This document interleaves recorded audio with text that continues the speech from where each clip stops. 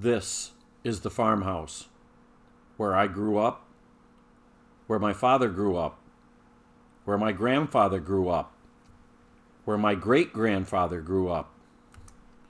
The main house was built in 1860. We got electricity in 1943 with the Rural Electrification Act.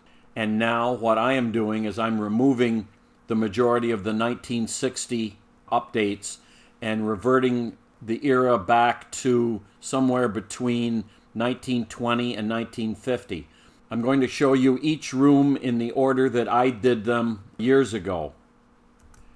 While I am no more of a carpenter or a designer than any member of my family has ever been, I'm doing it to suit me and my tastes.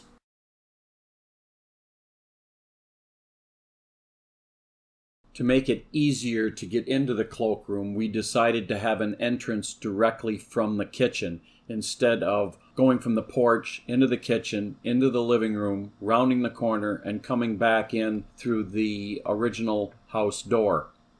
Here you can see that we're starting to take down the clapboards for the kitchen entrance.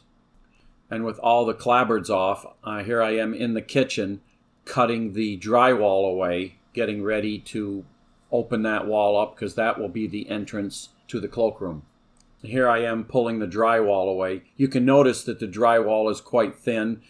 During World War II, when the drywall was put up, 3/8 inch thick drywall was common. And that is why it had to be backed by tongue and groove pine, because 3/8 is not structurally sound enough to span between 2x4s. And here you can see where I've got the drywall completely removed, and you can see all the nice tongue and groove boards that they used for the backing to support the drywall. And here we see the typical insulation for old farmhouses, nothing but newspapers. It's a shame I could not find a date on any of the newspapers that I took out of there, because I really wanted a date so that I could date the actual rebuild. And then, of course, with the hole open, you got to put in a proper header, which is what we did.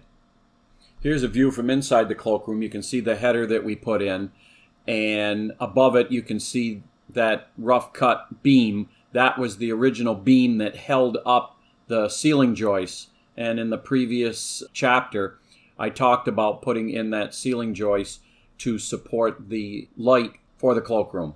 And here's the full cut opening for the cloakroom. As you can see, it is unfinished, but it really makes the cloakroom much more useful because you can come in from the porch, turn and go right into the cloakroom to take your boots off and your jackets.